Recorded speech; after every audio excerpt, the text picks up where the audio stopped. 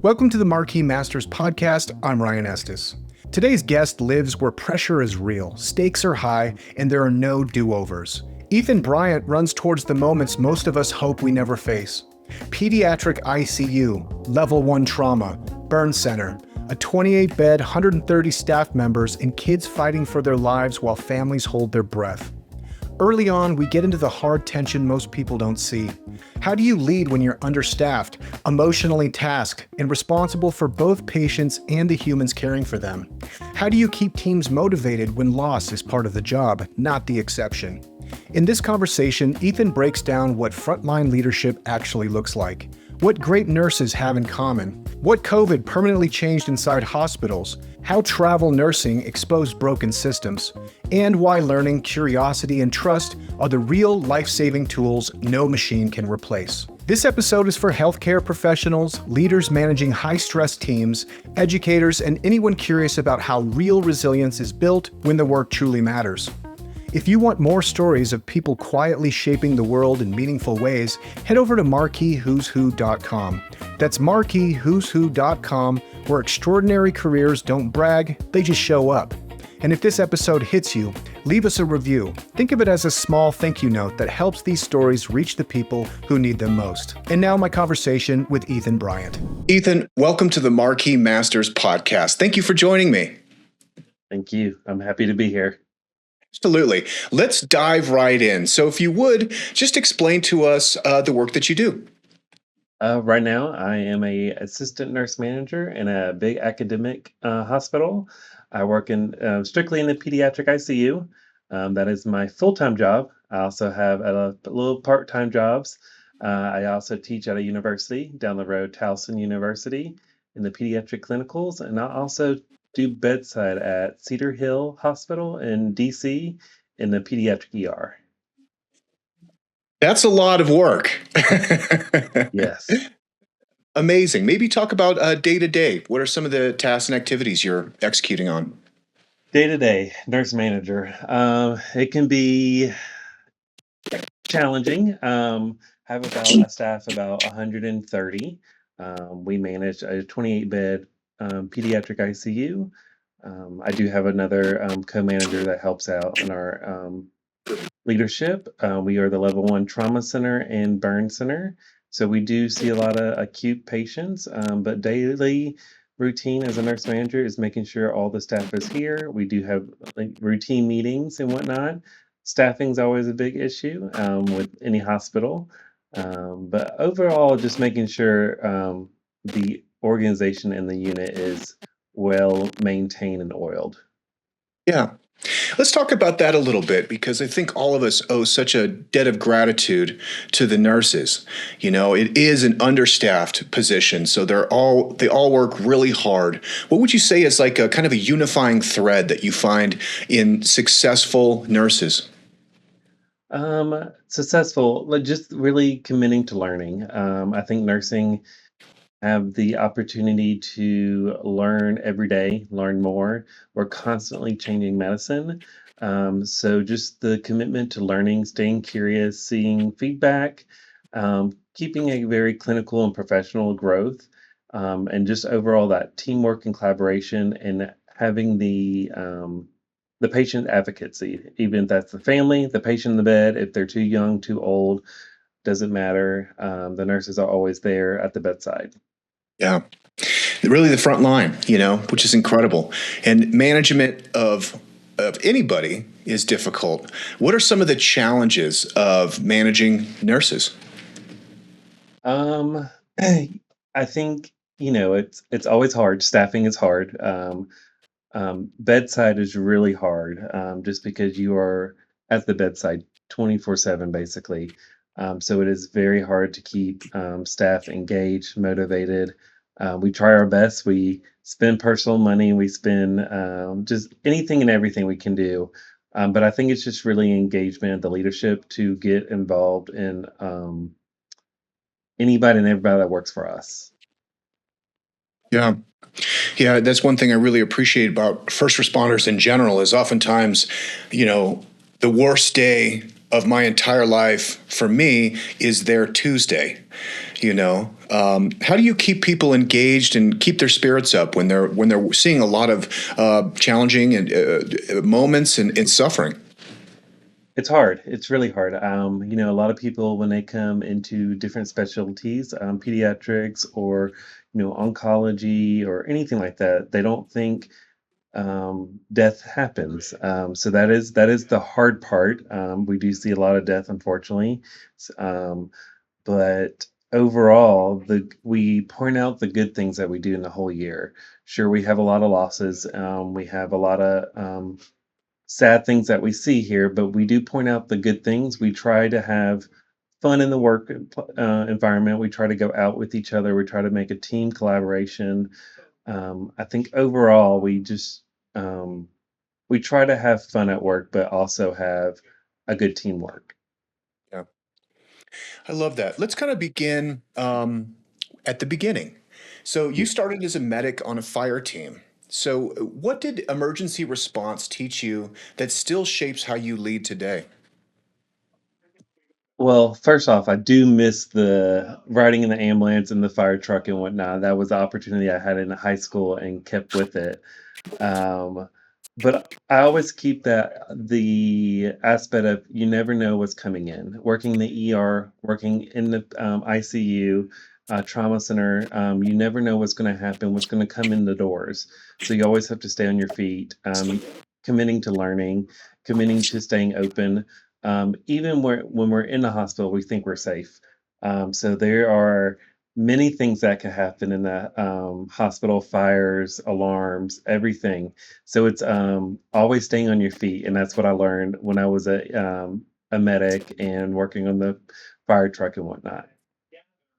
Dead fire truck, and I got to hang here for a minute because really I'm just a little boy at heart. And I think every little boy just dreams about jumping on that fire truck, flashing the lights and getting after it. Any fun fire truck stories? Oh, it was great. When I was in high school, we did this program to become an EMT, and the class was at the firehouse, so we were the youngest guys there. So they would pick on us, but it was fun. They showed us how to work the ladder truck. They had a pole to go Wow. down on and everything. So it's fun. They made us meals. We got to know them. Of course, we couldn't drive anything because we were in high school still, but we were EMTs and whatnot. So all of that was memorable, and I still have pictures and everything. Did you get the boots and hat too, the whole treatment? No, I didn't get that. Only because I was more on the medic side than the fire side. I'd be asking for a special exemption, but boy, the pole and the fire truck, that's living the dream. Yes. Nice. You've also worked as a pediatric ER or in pediatric ERs across the country. What did travel nursing show you about what great systems have in common? Yeah. So I started off as a pediatric ER nurse. I loved it. It's my heart. It's my passion. Critical care. Everything.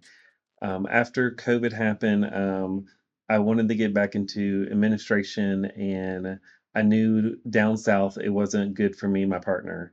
So I decided as he went to explore options for his master's, I explored other options in the country, what other children's hospitals are doing, what they're not doing, what's working, what's not working, because I was getting my master's in nursing leadership.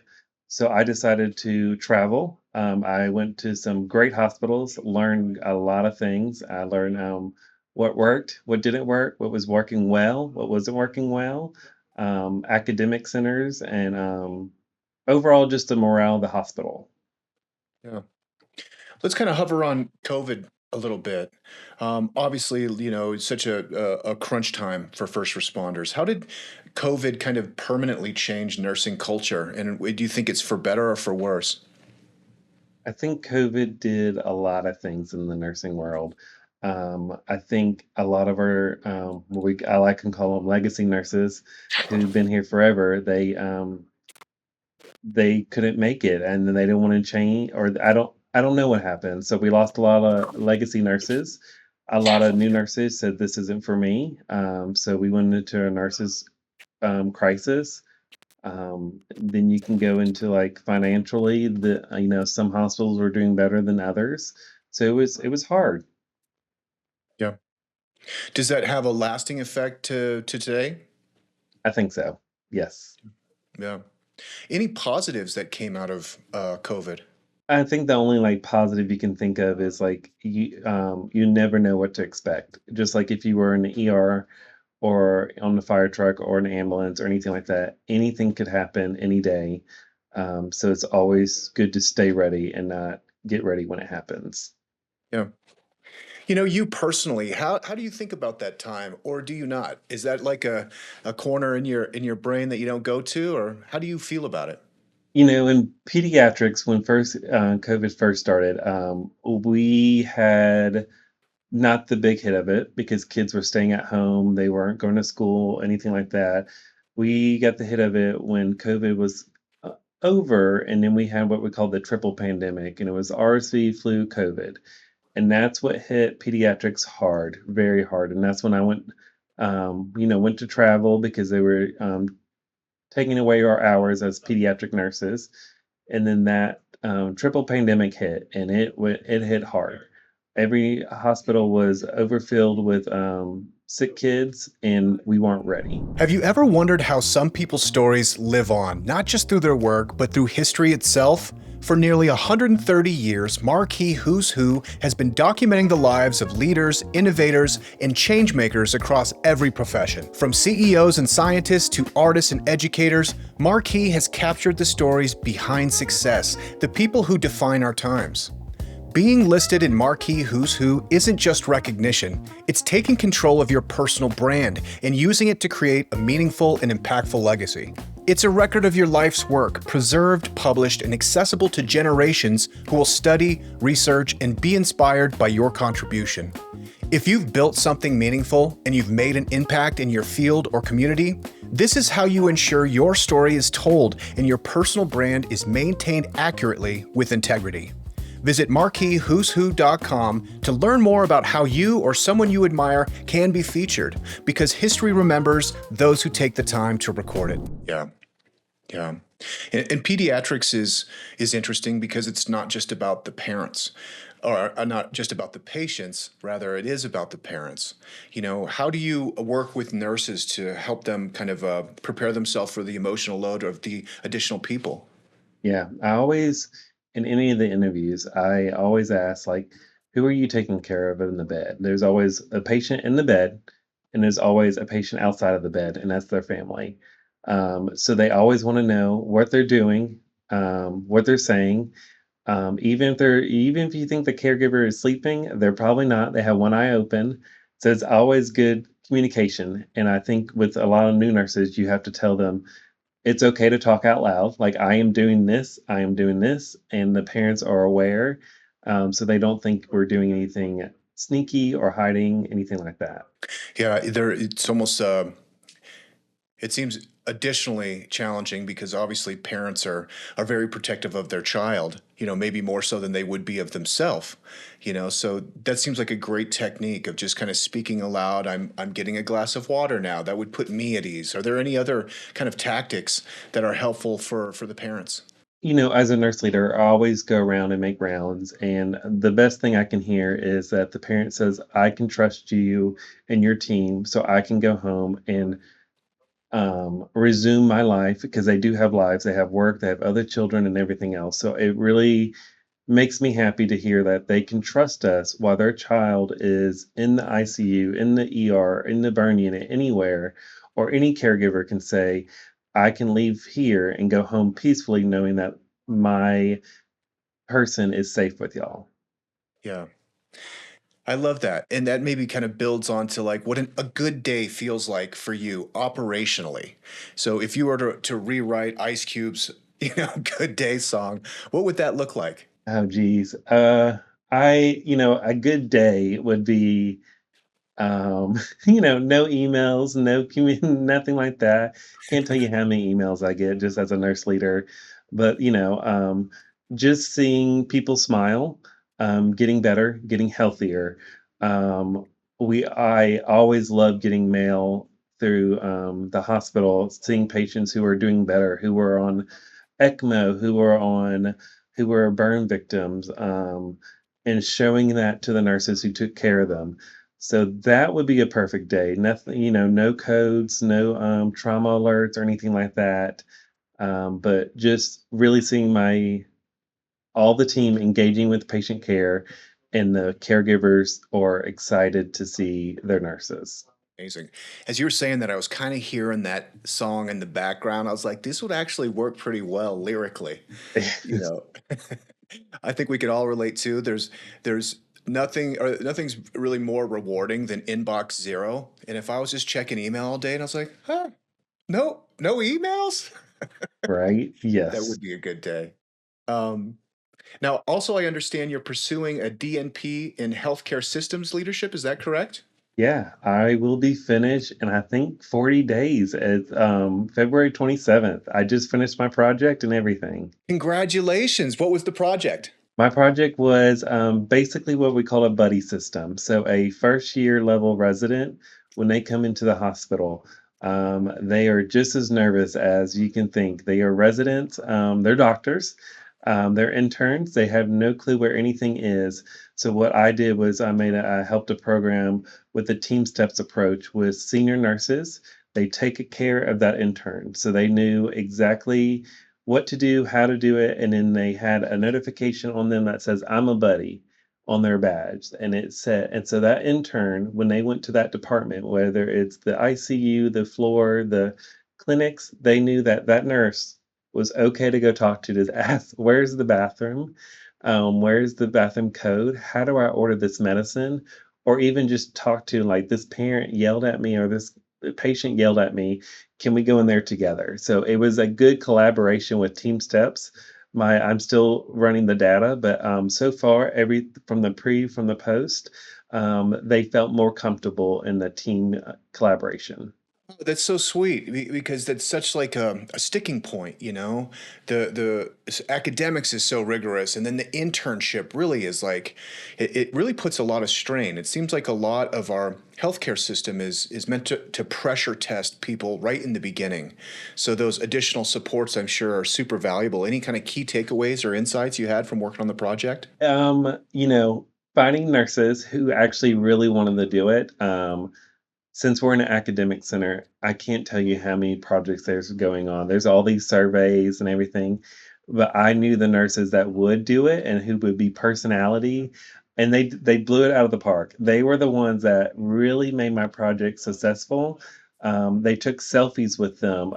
Part of the team steps, they call it the cuss word, and it's like concerned. I need help, and they would take selfies with each other and send it to me at night or day and said, "Look at us, we're doing your project." So it was great. It's how did you coerce them? How did you sell them on your project? Like, I know you got a lot of projects, but how about this one?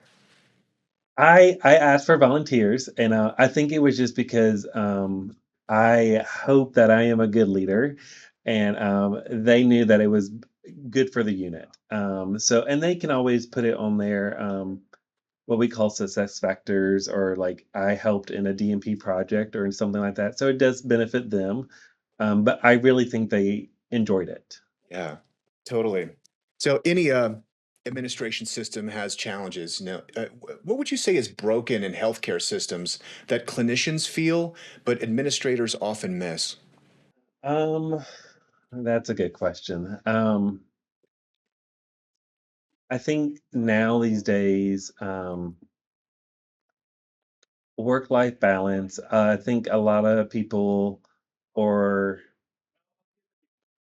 a little different from back in the day. I think when I was bedside or when I first started.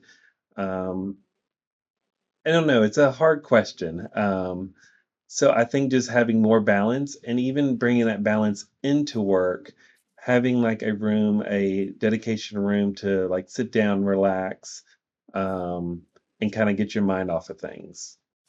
You know, it's interesting. We're talking about kind of interns and new graduates, and really the workforce they're entering today is very different maybe in a lot of ways, but a lot of it would be, they're making recommendations and they're serving the doctors that are serving the patients. And if it was me, I would hope I would be a good patient, but I would also be kind of over my shoulder and be like, hey, ChatGPT, let me just double check this. And so all day long, people are like, oh, yeah, well, ChatGPT says that I should be, holding crystals in my hand instead of like going with this medicine. So how do you kind of help new folks in the field build resilience without burning out? Um, in the unit I work in specifically, we we basically start them over in nursing school, especially in pediatrics. Because in nursing school, it's all about adult care. And even today, they are pulling pediatrics farther and farther away from nursing school. It's just a specialty. But if you think about it, it's pretty much half the lifespan. We have 0 to 18. So we take them and we give them a 26-week orientation and we teach them. We go through didactic, we go through each learning skills, each again. So we refine them and teach them like how to do better patient care and how to talk to parents, how to talk to kids, each developmental stage of kids. So we spend a lot of money on developing these new nurses, these new interns, or anybody just to really focus on pediatric care. Yeah. I love that. I'm tempted to say that pediatric care is superior. And the only example I have of that is when, college football players are injured on the field. They take them to see pediatric specialists, and it was always kind of ironic to me because I know I was watching a game and a guy I think had an ACL, something terrible, but he was 20, but he was 340 pounds and 6'6". I thought it was kind of funny of imagining him in the pediatric ward, maybe getting a dum dum. Um, do you Yeah, feel like the at least the level of patient care is better, and people should expect more from pediatric? I would hope that their care and anywhere they go is the best. I would say in pediatrics, the nurses, the doctors, we choose that specialty. And I wouldn't say it's more money. I wouldn't say it's more gratitude or anything like that. That's what we like to do. So we're very passionate about it. So maybe we do go above and beyond the line. And maybe we do bring bubbles. We make that atmosphere great for them. We try to put a projector. We give them like toys. We have clowns. So I don't know. I think pediatric does great and beyond because we care and we just do a little bit more. Yeah. What about scrubs? Do you have any scrubs with dinosaurs on them? Uh, I wish there's some institutions that don't allow. It just try to be uniformed, and I get it. Um, we are allowed to wear, fun uniforms, just strictly in a certain color, but I don't have any personally. I used to have all different colors, but I stick to, navy blue at the moment. But I do have some nurses who have, um, like, navy blue, but with characters and stuff on it. Love it. Let's talk a little bit about AI because it's kind of reshaping every industry very quickly. How is AI kind of affecting your work? We always wanna stay on top of things. So I think it's good to stay open mind and saying that it is gonna come in. We are gonna have virtual nursing. We are gonna have AI nursing. Um, I'm excited about it. I do wanna see more of it. I think it'll do less. You can think of like charting wise. A nurse spends a lot of time charting, or a doctor does dictating, and or like a scribe. And like a lot of clinics, you see people, scribes following doctors and just typing everything they have to say. And we actually, we pay them. How could we make, have less do more with less. So maybe AI could help us scribe and do stuff like that. And I've actually seen that. I went to my primary care and my doctor asked, "Hey, I have an AI on me. Can I scribe with it?" And I said, "Sure." And it was spot on and I loved it. Yeah, that's amazing. It also seems like a career field that will never really be too disrupted. There's probably administrative tasks that become a lot easier, which ultimately helps them with their primary goal, which is that bedside care that you're talking about, Yes. which seems really exciting. Do you think what kind of job role in healthcare do you think is most threatened potentially by AI? Describes. It's describes. Yeah, yeah, yeah. Yeah. That I think people always would go to bedside, but bedside is to me is the most important. I still do bedside because I love it, but I also like both worlds, so that's why I pick up another hospital. But a lot of people are afraid that it'll lose nurses, but I don't think it'll. You always need that human touch. So Yeah. I don't think we're losing. I don't think we're ever going to lose the bedside nurses. Yeah, I only had just a little taste of that anecdotally, but when I was 7, I was watching my 4-year-old sister. I was babysitting as a 7-year-old, and she slipped and fell and cracked her head, and had like a pretty good gash. It was bleeding quite a bit, and this is before cell phones, a long time ago. So I didn't really know what to do, so I called 911. As a kid. And I remember I was trying to get the bleeding to stop, and she was crying and like really crying. And I was trying to ice it. I was like, I don't know, ice or whatever. And she was freaking out. And I'm trying to hold her, and I was doing the wrong things. And then I just gave her the ice cube in her hand, and she stopped crying immediately. It was like, oh, ice. And I was like, oh, okay. There's a lot to this. I don't really know. Um, Cool. Talking about leadership, what mistakes did you make in leadership early on that you feel like you do better now? The mistakes. I think every leader goes through that phase. When I became a charge nurse and leader back in Alabama, when I first started all this role, is I think I wasn't as open minded. I wanted to keep my friends close and others not, and you have to keep an open mind on. You are the leader on the unit. Even if you're charge nurse or anybody, you have to treat everybody fair. You can't play favorites, and you can't make people assume you're playing favorites. Like even if you pull somebody and talk to them, there's always eyes, there's always ears. Of course, and I guess another mistake I never knew. I never knew how much finances is in nursing administration. One of the reasons why I got my a dual degree in MBA and MSN, I got the business degree because a hospital's a business. And I did not know how much finance I had to go through until I went through my business school, and now I'm one of the operations managers here. Yeah. Talk a little bit about that. The finance as far as budgeting for staffing, and is it the P&L and the whole thing? What kind of components of finance are you kind of involved in?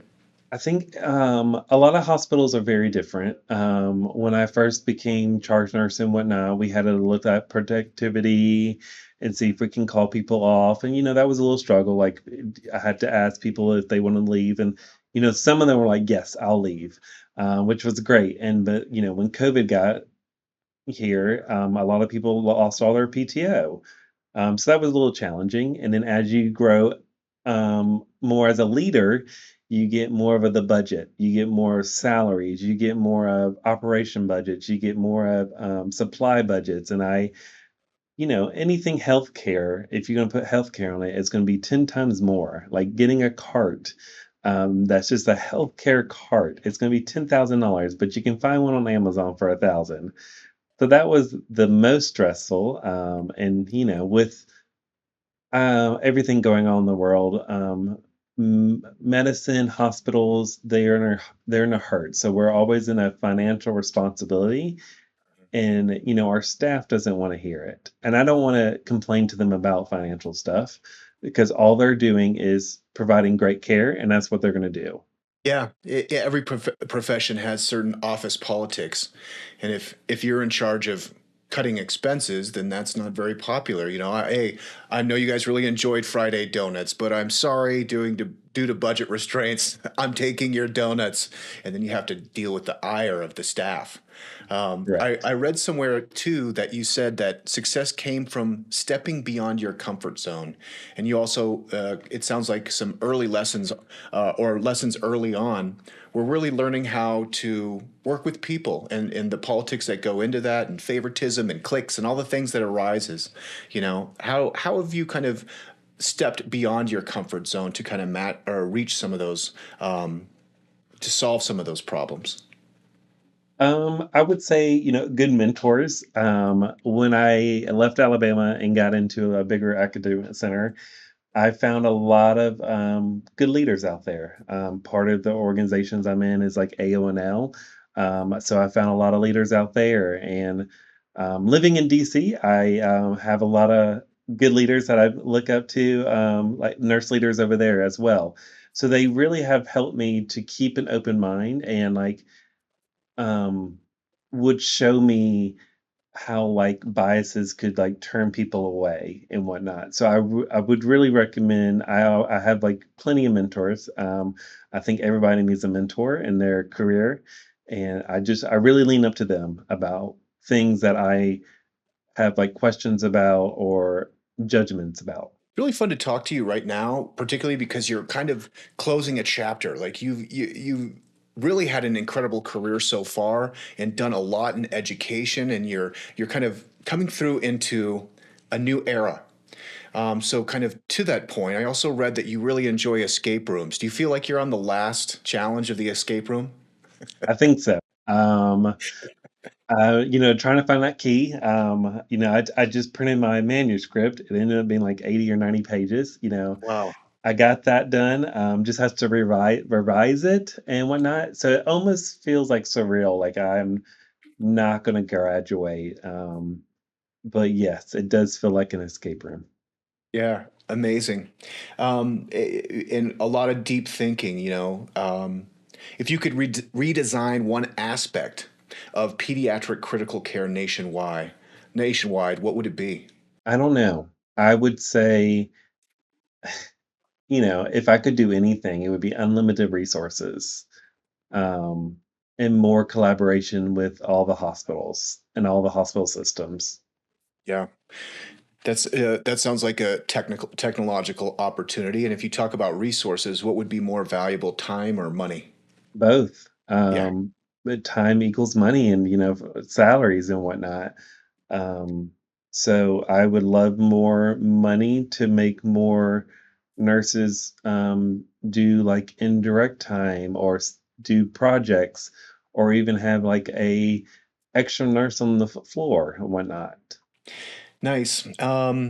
So you just about have that key in hand for the Yes. escape room. It's a weird way to look at it. But if you're looking, maybe 12, 24 months in advance, maybe even 5 years ahead, what does winning look like for you?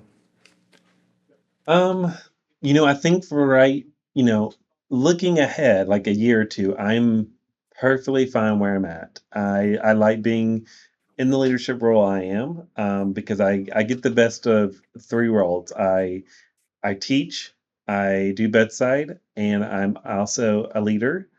So I get all three worlds, and then in 5 years, I would love to just advance more in, assistant director, director of nursing, anything like that. Yeah. Talk about teaching. What do you love about teaching? Teaching. I, you know, they warned me about it. They said pediatric nursing clinicals, a lot of them are not gonna be curious. They're gonna be like, I don't want to do peds because a lot of people don't want to do peds. But I've been doing it for 3 semesters now, and it's been great. They're curious, they wanna learn, they're asking questions, they're asking stories about all the ER stuff I've seen. It's been a real treat. I get to see them in action, I get to see them learn, I get to see them, it's the light bulb that goes off, like, "Oh, this is why we're doing this." Especially in the hospital while I'm actually teaching peds. I get one side is the peds ER and the other side is the inpatient. So they get both worlds. Um, So I enjoy it. I like to see what they're learning in school. So when I hire them into the unit, I know what to expect. Amazing. Aside from escape rooms, what do you like to do outside of work in school?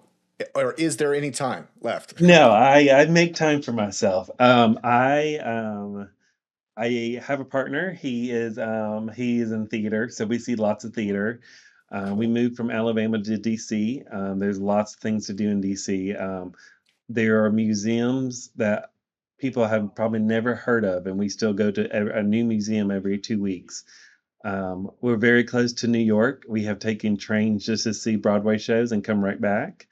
Um, and I do have a dog and a cat. I have a golden retriever named Piper who I like to walk outside and enjoy the sun with her. And then my cat, Lilo, orange cat, I like to spend time with her too. Amazing. Yeah, shout out to orange cats. Two brain cells, but boy, they're beautiful and they're just the best. Yes. Cool. Yeah, the Smithsonian. I mean, being in DC is such a treasure for so many different ways, but the Smithsonian really changed the way I looked at a lot of things. There's one particular exhibit where there's just the bones of like almost all the mammals on planet Earth. Have you been to that Yes. exhibit? Yes.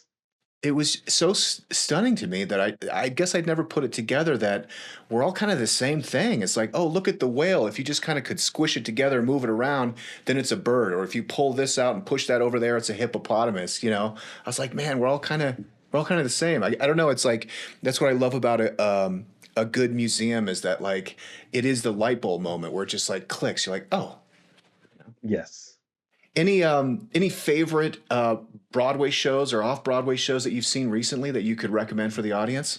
Oh, geez. I don't know if I've seen any too recently, just because of the holidays or whatnot. I think the last one we saw was a local one, Guys and Dolls. They just redid it. It was great. There's a lot of community theater in DC that we like to go to. But yeah. Amazing. How do you give back to community? Um, I feel that as a nurse leader, I do the best I can here, but also I can do bedside. So I do work at a community hospital in the pediatric ER, and I love it. It's a lot of education and whatnot at the hospital I do work at, and then other things that I like to do is volunteer. I like to get all my other co-managers and assistant nurse managers and do volunteer work around the area or different areas as well. It's kind of a ridiculous question. I'm sorry. It's like you're a pediatric ER nurse. I'm like, oh, how do you give back? It's all good. Amazing. Cool. We're about to enter the lightning round. Are you ready? Yeah. Okay. If you could meet one person, past or present, who would it be and why? So it would be a tie between Walt Disney and Dolly Parton. Ooh, Um, yes, good. Walt Disney, I'm a big Disney fan. Actually have 3 books about leadership about him. One of them is "If Disney ran your hospital, what would he change?" He just built something bigger than entertainment. He built, like, hope. And he just didn't make just characters, he created experiences. And I motto my leadership a lot off of him. So on stage, off stage, shout out to Disney if they want to send me to their leadership academy. I will love it. Dolly Parton, she is just a legacy, pure at heart. She's proof that you can be successful and grounded and generous and kind.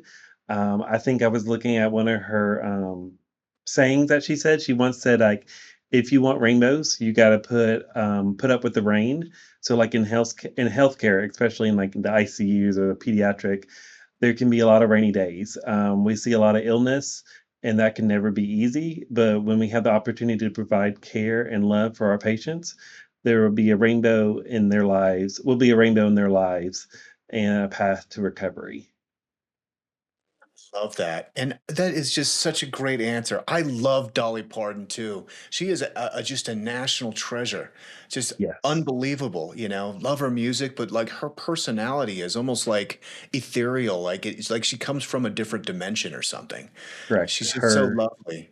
Her Now, giving back and everything. yeah, yeah. As far as Disney, now I know that there's levels to Disney fandom because I have some adult Disney fan friends. Yeah. So, what level are you? Are you black belt? Like, what does your collection look like? Tell me a little bit about Disney.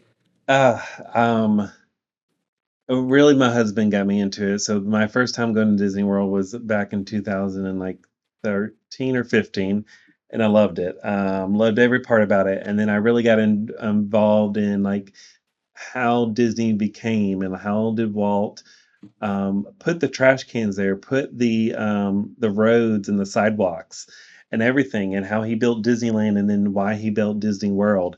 I wouldn't say I'm not too bad. I think when we first, me and my husband got together first, we did have like a Disney theme kitchen and living room, and it got maybe too much. So we have some like, I like the more vintage stuff. So any kind of old Disney World stuff I like, and you'll see, like, spread around my office or in my house, but, we tried to go at least once a year. Since COVID it's been kinda off, but, yeah, not too much, but I'm still up there. I know a lot of facts and stuff. I love it. That's great. My barber was like a very advanced black belt in Disney guy, like the collections and everything. And the last time I went down there, man, he was having like a real dark night of the soul because I was like, "Hey, man, you guys make it out to Orlando?" He's got like a condo there, and he's like, I think I've wasted my life. My kids said that they didn't want to inherit my Disney collection, and I don't know what to do anymore. And I was like, "Oh man, how about those Broncos? Let's change the subject." Right? Wow. Like, no, it's cool, man. You got it. This is your thing. But I do love that about Disney fans is there is opportunity to really get deep into the lore. But because you mentioned it, I'm going to look into some of that. I actually am kind of uneducated as far as like Walt Disney and kind of the philosophy behind his leadership and the way that he built that brand so quickly and into what it is today, which is just absolutely extraordinary. Um, Amazing. Okay. Kind of wrapping up here a little bit. What does being a marquee listee mean to you? It means a lot. As I was nominated and got it, I didn't know much about it. The person, Gina, who, reached out to me and talked to me about it, I love her. She talks to me as a human being, and like, I thought it was almost a scam. But I looked into it. And I'm very honored. And I talked to Gina, who is, I don't know, you could call her my rep or person but she's, there for me and talks to me and tells me all these great opportunities. So I'm very honored for it. Incredible. Ethan, it's been wonderful to get to know you. I do want to say thank you just personally for the work that you do. It's so important, and I know it's so hard. It can be. So thank you for the work that you do and being an educator and a clinician. It's extraordinary. What's the best place for people to connect with you online? I would say LinkedIn. Cool. LinkedIn, and we will add that to the show notes. Ethan, anything to say before we get out of here? No, I appreciate it. This was fun.